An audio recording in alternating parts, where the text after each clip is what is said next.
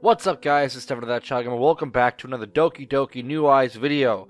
We are fucked. We're completely fucked. So last episode, we got to the end of the first act, which was when Sayori killed herself, and we got our first little sneak peek of what's to frickin' come in the second act. Well, not in the second act anyway, but like we got a sneak peek of what this game is gonna turn into. Because Sayori's dead now, and like it jump scared me last video. If you didn't see that, go check it out, please. You guys need to see how like I jumped like 7 inches back because of how it wasn't even the fact that it was scary. It was the fact that it came out of nowhere and it just jumped. And holy crap, like I wasn't expecting it at all. But we're gonna jump into Act 2. I'm surprised that it's not like the original game because I actually still have all my saves and stuff. Which I find really funny, because you would think that because it's Act 2 now that that the game has completely reset. But that's not the case. So let's go ahead and start Act 2. One more. Already sounds different. I just can't get it right. I throw what I just wrote into the bin. Oh god! The music's even changed! Oh no! The music's changed into like a lower pitched version, and it's like, it sounds crinkly. I throw what I just wrote into the bin. I just can't write a proper poem. I don't know for how long I've been writing, but I won't stop until I get something I'm satisfied with. I haven't slept at all. It's not my fault, it just doesn't want to work. I try again, repeating the same ideas I've been thinking about for the last 6 hours. I feel it, I'm almost there. Just a little bit more. Suddenly my phone lights up. I squint my eyes to read the displayed name. Mom. I hesitate for a few seconds before declining the call. What? She declined the call? No way! Hold on, in the first act, she was like so psyched to talk to her mother, and she was so like, she was waiting for her to come home. And now she's just like, fuck it. I don't have time. Whoa! Yuri, holy shit, you've changed. That didn't take very long, did it? I won't allow myself to do anything until I finally finish writing. Damn, you are so obsessed in writing. As I write the last sentence, I drop my pen in disbelief. I did it! I've read the poem a few times, admiring my work. This time, it's the right one. I can feel it. I sigh with relief as I put my poem into my notebook. A quick glance at the clock indicates that I should hurry up. I put on my school uniform and grab my cell phone. I can just call Mom back sometime this week. You probably won't, because you're a freaking asshole now, so all of a sudden, like, Yuri just turned into this giant asshole, so it's like, what the frick? That shouldn't bother her, right? I hurry down the stairs into the living room. I open the window. It's unexpectedly hot outside, and I just feel uncomfortable here. Yet another sweaty day, I grab some food from the fridge. I'd make myself a correct meal if I had the time, but I spend too much of it writing my poem. I have no regrets, though. Giving up isn't part of my personality. Yes, it is! That is so wrong! All you ever do is give up because you're so, like, nervous and, like, timid and shit. I stop by my bookshelf as I keep eating, getting ready to leave my house. I'll be going to literature club today. Even though I feel exhausted, I'm looking forward to it. I feel like joining this club was a good idea. My life's already much more interesting now that I have something to look forward to. I look at all the books I have in the bookshelf. None of them look that interesting, except maybe... Oh, God, what was that... I'm telling you, it's not the fact that it's there, it's the sound, and the only thing that happened this time was the sound, and it still got me. That's how you guys know it's the sound and not the actual frame. Because the picture itself, the glitch picture itself doesn't scare me. It's the sound out of nowhere that gets me. It's the portrait of Markov. I don't know why it glitched right there, but it did. It's not like the portrait of Markov changed anything in the game. I've read it quite a few times already, but I can't get enough of the story. I always get the same chills. No matter how many times I read the same part, it's always the same. I smile to myself as I grab the book my arm is itchy. After stuffing it in my bag and finishing my improvised breakfast, I decide to finally get going. As soon as I step out, I'm overwhelmed by the heat. How can it be so hot this early in the morning? I just want to lay down and rest. I hate this kind of weather. As I keep thinking about how good the world would be without hot weather, I spot a familiar silhouette in the distance. I think I can guess who it is. And of course, just as expected, Yuri? This girl's high-pitched voice resonates in the entire street. Isn't she worried she'll bother everyone else? I wave at her. Yuri, hi! It's Obviously Natsuki, I knew that. As usual, she has that cheerful tone of hers. Natsuki and I, this is all completely different too. One, because there's no skip thing, and two, because like the text is completely different all of a sudden. Natsuki and I have always been friends, but we're polar opposites. In fact, I think it'd be better to qualify a relationship as simple acquaintances. They're not even friends. She doesn't even see them as friends anymore. Are you freaking kidding me? Yuri, you're an ass. What the hell happened to you in just a matter of minutes? Ever since we've started going to the same club together, she's been awfully clingy to me. Obviously, I know that Monika's behind this. I mean, don't yell at me. I know exactly what's going on. It's because Monika's amplifying Yuri's, obsessive behavior and shit. That, this is how she acts now. I get that. I know what's going on. I'm just playing with the game, basically. It's just like, Yuri's being an asshole, so that's what I'm gonna see it as. Not as it bothers me, but I don't think she understands most of the things I enjoy doing. Nor do I understand what she likes. Hello, Natsuki. A bit late, I see. Oh yeah, not my fault. Don't blame me, I have my circumstances. I shrug. I'm late too, so I'm in no position to blame her. There's an awkward silence before Natsuki finally decides to take a lead. So, shall we get going to school then? Of course. I follow Natsuki, who's happily walking down the street. Who hasn't? How hasn't she collapsed already? I can't read, I'm sorry. Being so energetic in such hot weather, considering her short physical stature? I don't know. Too. The walk to school was full of silence. Natsuki tries to start a conversation one or two times, but it doesn't really work well. I'm not in the mood for small talk. Yuri! I'm gonna lose my shit over Yuri. I'm telling you. I'm gonna basically keep count. I'm not gonna keep count, but I want to keep count of how many times I have to scream Yuri's name just because either one, she's cutting herself, two, she's being an asshole, or three, she's cutting herself while being an asshole. So, to be honest, I just want to sleep. Soon enough, the entrance to the school is visible. We make our way to the main yard. Without waiting, I start walking towards my building. I'll see you at the club, Natsuki. She nods and hurries off to her building. I guess I still have to go through a day of pointless studying before finally getting some rest. I'd give anything for some quality reading time. Everyone's getting ready to work. I'm the only one that doesn't get my notebook out. I don't really feel like working right now. Wow, you're also very stubborn. Holy crap. I look out the window. The entire school looks so foreign to me. I don't really want to be here at all. If it were just about me, I'd spend my days reading or writing. There's no particular reason to come here. I'm not really sure of what I want to do in the future, and the only people I spend time with aren't really my friends. Sure, Natsuki's nice, but she quickly gets annoying. Maybe that's the way you see her, Yuri. Maybe you should relate a bit, and not be such a frickin' Debbie Downer. Monika is an interesting person too, but I feel like being the club president makes her feel a little too superior. I sigh. At least that's not wrong. She's very right that Monika tries to feel superior, because she tries to make everything in control with her. So, Yuri, I applaud you for saying Monika's acts superior, because you're not wrong with that. At least I get some time to read, so that's a good thing. After a short moment, I finally decide to get a sheet of paper out. For the last 30 minutes, I've been tracing lines, making an abstract drawing even I can't understand. I'm bored. The truth is, I can't get my book out of my head. I want to read. Now. I increase the pressure I put on the tip of my pen. Is there anything wrong with wanting to leave class? I suddenly jerk my head up. What? I'm the only one in class. Don't tell me. I was so busy scribbling on my paper I haven't even noticed that everyone had left. Without a second thought, I get up, putting all my things in my bag. Time for some reading. As soon as I spot the club door, I feel a surge of relief. Just like coming home. However, before reaching it, I hear steps behind me. I let out an exasperated sigh as I turn around. Yay! Stop being an asshole! What are you doing, you dummy? I've been searching for you everywhere. I don't think it's any of your business. And who are you calling dummy? A pained look replaces Natsuki's happy expression. Oh, I'm sorry. Maybe that sounded harsh. It did. Anyway, is Monika here? I'm hoping she isn't. Yuri, you're such a bitch! Holy shit! I don't know if I can take this. I really like having to read in her point of view, like from playing through the entirety of Act 1, where she's all nice and she's friendly and she's very sensitive to other people. Now all of a sudden she's hurting Natsuki's feelings out of like, the blind. And like Natsuki's like, oh, well, I'm sorry, when Natsuki's usually the one like this. And it's like it's a complete turn of like the table, and it's like, holy crap.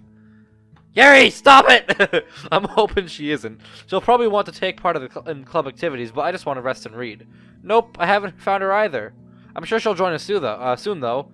How disappointing. I walk past Natsuki, finally entering the club room. This music is, it's lower. This music is lower, just like the other one was. I see a trend here. The room is completely empty. I'm soon followed by Natsuki, who immediately finds the need to nosily comment. Ah, feels good to be here. It'd be great to keep it as relaxing as possible. For instance, yelling is not a good technique. Natsuki sighs and sticks her tongue out. Sorry, Miss Vice President. Would you ever forgive me? Oh yeah, I forgot. Yuri's the Vice President now, huh? Shit. I'm not amused by our comment, but I sarcastically chuckle nonetheless. No. Well, too bad. She walks over to the closet and starts rummaging through her books. Well, books. I don't think I can call manga proper literature, but if Monica accepts it, I can't go against her will. I sit down at the table and I get my book out of my bag. Portrait of Markov. I've been longing for this moment. I start reading my book, immediately feeling a sense of relief. It isn't long before footsteps can be heard in the corridor. Footsteps. Several footsteps. It's not just Monica? Oh yeah! Because freaking, I keep forgetting that Sayori's gone now. So now it's now Monica brings Devin to the club. The club door suddenly opens. I'm back. So this gets me every single time. Every time I say I'm back, I don't know what it is. But in the original series, if you haven't seen it, go check it out. Why are you still watching this? No, but if you haven't seen that specific part, or if maybe you kind of skipped over, or you didn't really tell at all, which I don't know how you couldn't, because that's like the main thing of the video. When I said I'm back, in Monica's voice, hence why I don't really do the voices anymore. When I did it in Monica's voice, I had a huge voice crack, and instead of like I'm back, it turned into like I'm back, and it was like the funniest thing ever. Like, I don't know, it was every single time I see it now, it just gets me. Even watching other people play the game, it's like holy crap. I remember when I did that. Okay, and I brought a guest with me. I jerk my head up. Ah, a guest? A person she's talking about is standing behind her. I can't really see them from here, though. Who could she be talking about? We don't need new members. Seriously, you brought a boy? Way to kill the atmosphere. Don't be mean, Natsuki. But anyway, welcome to the club, Devin. The boy Monica was talking about, Devin, steps forward. His gait. Oh my god. And now there's heartbeats in the background. You've got to be joking. First... Yo, that's fricked up as all crap. Oh, I don't like that. I don't like how it's reversing. No, but like first, like calling me like handsome in the first act. Now the heartbeat and just saying his gaze, his eyes. Just what is this? I can't focus on my book anymore. I don't like the music in the back. Is it me or is the background of the room a lot more vibrant now? What is happening? Why is it so vibrant now? Those beautiful red eyes, that intense stare, his delicate face. It is definitely getting more vibrant because I can notice it happening more and more. Looking at him makes my heart hurt. I want to do something now. I want to get up and talk. I don't want what I'm feeling to go away. My body feels incredibly hot, like I'm being pierced by 1,000 needles. Yuri! No wonder Monica amplified your freaking obsessive. What's the word I'm looking for? Your obsessive shit. Like, you can tell that it's there. Why? Oh.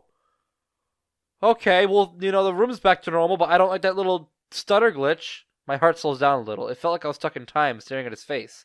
I shake my head. What am I thinking? This is a little weird, isn't it? At least he didn't notice. Natsuki suddenly decides to start a conversation and discussion and chuckles. It feels like time is flowing again. I decide not to stare at Devin.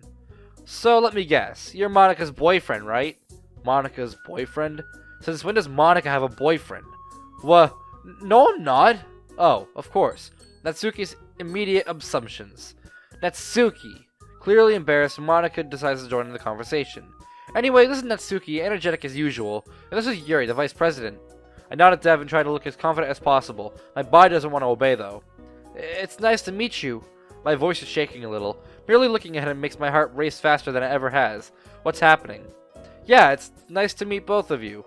So I ran into Devin in a classroom and he decided to come check out the club. Isn't that great? Wait, Monica, didn't I tell you to let me know in advance before you brought anyone new? I was going to, well, you know, make cupcakes? Sorry, I didn't forget that, but it just happened to run into him. Well, that's right. Atsuki was planning to make us making some cupcakes for some possible new members. I guess I could help make Devin feel a little more comfortable. No, you couldn't, Yuri. Just stay out of this. You're a horrible person. In that case, I should at least make some tea, right? Yeah, that would be great. Why don't you come sit down, Devin? He stands there for a few seconds, looking around him. It appears he isn't too sure of what to do. He finally decides to sit down next to Monica. I stop looking at everyone else and I walk to the closet where I keep the tea set is kept. I take a look into the kettle. It seems there isn't any water left. I guess I'll have to go and fill it then. Kettle in hand, I walk to the club door. I glance behind me. Devin is cheerfully talking with Monica and Natsuki. I don't want to be the only one to leave the room. I'm a little jealous, to be honest. I shake my head and I exit the club room. I can still hear them talk inside the room. I quickly walk to the nearest fountain, trying to ignore this constant feeling I'm currently having. I'm uneasy, but it's not the bad type of uneasy, quite the contrary, actually. I start filling the kettle. Without noticing, my hands clutch around the edges of the sink, harder and harder. God, I want to talk to him. I nod to myself. I'll do it. I'll do my best to talk to him. Something compels me to learn more about him for some reason. Soon enough, the kettle's full and I go back to the club room. They're still talking. Aren't they even a little concerned about waiting for me? I sigh as I open the door. Nobody cares about you, Yuri. You're being an asshole to everybody. Nobody cares if you leave. You should just stay. Stay gone. I quickly prepare some tea. I hope Devin will like it. I walk back to the table and I put a teacup in front of everyone. Devin smiles. I give him his teacup, makes my heart skip a beat. You keep a whole tea set in this classroom? Don't worry, the teachers gave us permission. After all, doesn't a hot cup of tea help you enjoy a good book? I guess. Don't let yourself get intimidated, Yuri. Yuri's just trying to impress you. I'm sorry, I didn't mean to say Yuri until Yuri. It's confusing. Let me just reread that so it's a little more sense. Don't let yourself get... I'm done. No. Going back on. That's not... I meant that, you know... I tried to read that 3 times already. It didn't work, so I'm like, screw it. Not gonna do it. I look away, trying not to stare at Devin's confused look. Just who does she think she is? This is just mean. I believe you. Well, tea and reading might not be a pastime for me, but I at least enjoy tea. I'm glad. I try to smile at him to show I appreciate him. I feel a sudden surge of determination. I can't contain myself anymore. I want to talk to him. It doesn't matter if the others want to, after all. They've had their time while I was making some tea. So, Devin, what kinds of things do you like to read? Well, manga. Oh. I'm a little disappointed by his answer, to be honest. Not much of a reader, I guess. Well, that can change. I widen my eyes as I hear Devin's statement. Would he really be willing to take some time to start reading? For me? She didn't say for me before, did she? After a short silence, he clears his throat. Anyway, what about you, Yuri? So he's interested in what I like. For some reason, my heart hurts even more. That's a tongue twister. Hurting heart. It's almost painful. Well, let's see. My favorites are usually novels that build deep and complex fantasy worlds. The level of creativity and craftsmanship behind them is amazing to me, and telling a good story in such a foreign world is equally impressive.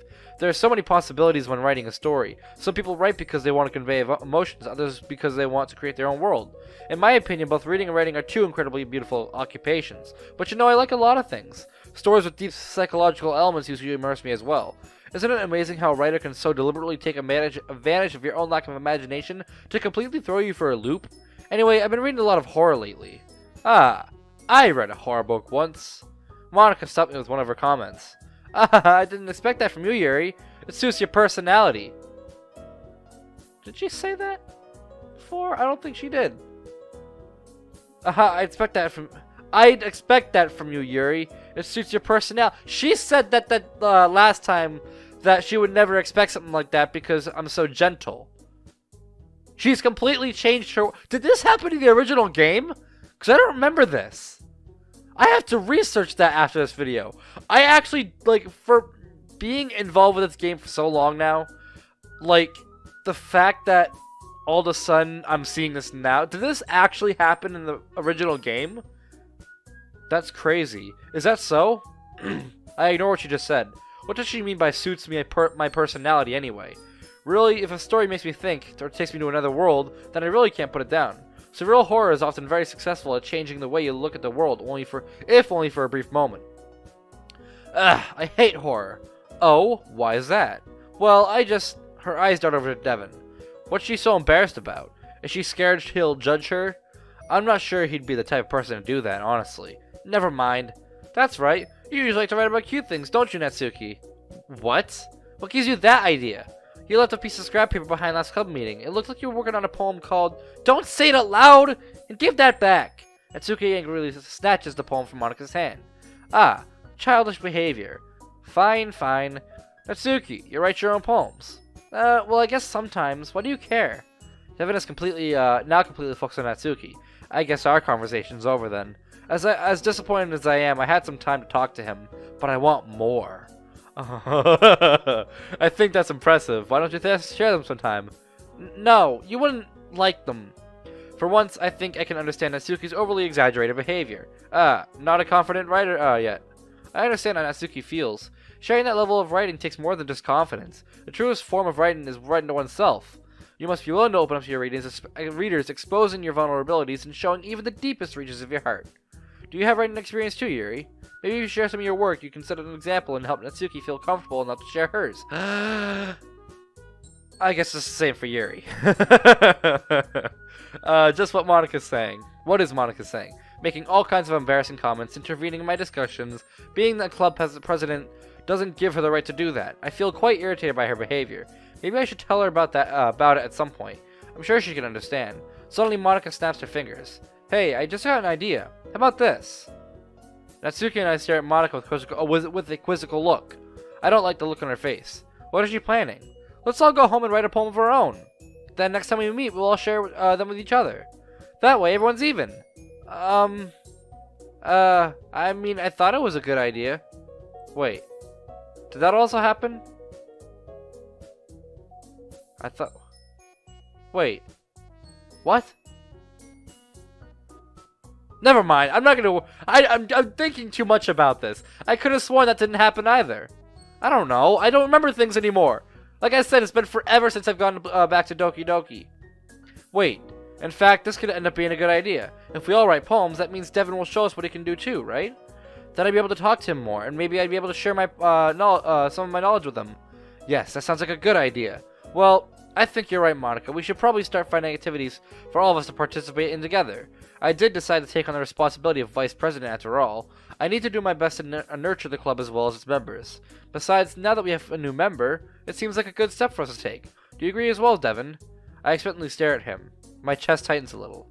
I don't care if the situation's ridiculous. I don't want to go against my feelings. Hold on. There's still one problem. Yeah, what's that? I never said that I would join this club. Monika may have convinced me to stop by, but I never made any decision. I still have other clubs to look at, and, He stops talking, obviously bothered. So that's how it is. But, I'm sorry, I thought, Truth is, we need a fourth member. At first, I thought it was necessary in order to make our club official, but after spending a bit of time with our new member, with Devin, no, I don't want him to leave just because we need a new member. I don't want to let him go because I want to look at him some more. Is it wrong? It's wrong, not wrong, is it? That's very wrong. I'm not hurting anyone. I shake my head to focus on what Monika's saying. Hopefully she'll be able to make him stay. I guess I need to tell you the truth, Devin. The thing is, we don't have enough members yet to form an official club. We need 4, and we've been trying really, really hard to find new members, and if you don't find one more before the festival... It looks like there's an ongoing debate inside Devin's head. Please stay. I don't know if I feel so emotionally invested in this cause, but I want him to stay. Right. Okay, I've decided then. I'll join the literature club. I'm having a hard time hiding my excitement. Monika, thank you. My heart feels like it's about to explode. Oh my goodness, really? Do you really mean that, Devin? Yeah, I guess it could be fun, right? I let out a small sigh and I smile at Devin without holding back. You really did scare me for a moment. I mean, if you really just left after all this, I'd be super pissed. Devin, I'm so happy. We could become an official club now. Thank you so much for this. You're really amazing. I'll do everything I can to give you a great time, okay? Thanks, I guess. Okay, everyone. I think with that, we can officially end today's meeting on a good note. Everyone remember tonight's assignment? Write a poem to bring to the next meeting so we can all share. I gently smile at Devin. I get a chill down my spine. Devin, I look forward to seeing how you express yourself. Yeah. He stands there, not saying anything, before finally grabbing his bag that's been sitting on the floor. I guess I'll be on my way then. Okay, I'll see you tomorrow then. I can't wait. Devin turns around and exits the room. Monica sighs and turns toward Natsuki and me. Sure, it feels empty now. Indeed, everything felt much more lively while he was here. I am glad he joined. I was sure he'd join. He didn't really have any other choice. Oh. Yeah, I mean, yeah. What about you, Natsuki? It looks like you weren't too bothered by his presence now, were you? Well, I mean, I don't hate him, but I don't know. We'll just see later. Alright? But before that, I think there are still a few things we have to take care of. Natsuki points to the tea set still on the table. I guess I have to clean it, considering I'm the one who made the tea. I'll do it. Thanks, Yuri. Well, I start putting all the teacups on the tray. I notice Natsuki looking out the window. Aren't there better things she can do? Like helping me, for instance? I walk out of the clubroom carrying a tray full of teacups. Cups? I don't know. I put the tray on one side of the sink, and I start cleaning the teacups one by one. The corridor is completely silent. It feels like the club is lacking something. It feels less cheerful. Sayori! Reach out to Sayori! Bring her back! However, I'm sure everything will get a bit more interesting since Devin's gonna join us. I have no doubts about that. As I clean up the cups, I suddenly stop, staring at one in particular. Devin's... He didn't finish his tea? I look around me. It'd be a shame to let it go to waste. Oh, God. Are you gonna drink his tea? I drink up the rest of his tea and I proceed to clean it as well. Done. I put the teacups back on the trail. I can't even take this seriously anymore. Literally, this is the most kinkiest shit ever. What did that say? I double-clicked again. I just spit everywhere. I turn around to go back to the club route. It seems like I've tripped over. She tripped again. Now here's the problem with this. Before anything happens, okay? We know what Yuri's like. Yuri's basically a bitch. She's obsessed with everything. That's her personality. Taking that into consideration, Natsuki's also not there to help her clean stuff up. So, Natsuki's not going to be there to take her to the nurse this time. My prediction, because she likes the feeling of blood and she's even more creepier this time than she was last time, she's going to let it sit there. She's going to cut herself open and be like, hey, that's beautiful. Let's keep doing it. I wasn't careful enough. I get on my feet and look on the ground. I broke some cups. I spot a red stain near one of the glass shards. Blood? I glance at my hand. There's a big cut on my palm. Blood is dripping on the floor. This feels unexpectedly pleasant. There you go. There it is. It's not going to happen. You're not going to heal yourself now. I pick up one of the shards, just to test. I want to see if what I'm feeling now is just due to this or something else. I told you! I freaking called it! She was going to do it again! I was joking about the do it again part because I knew she didn't have a knife on her, but she's using the pieces of the tea instead! This was totally called... I totally called it! I used my context clues. Oh!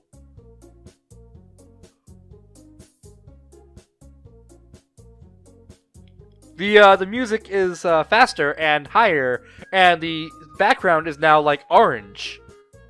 Okay, let's go ahead and I'm chuckling. It feels so good, I want to laugh. Yay! This is ridiculous, insane, but I can't say no to my own feelings. They exist for a reason, but what if someone sees me? Yay! I'll take care of that later. Oh, it's darker now. It's like a grayish color. Was it always this grayish color? I don't know. I don't remember it. I slowly start feeling normal again. This wonderful feeling surely won't last long then.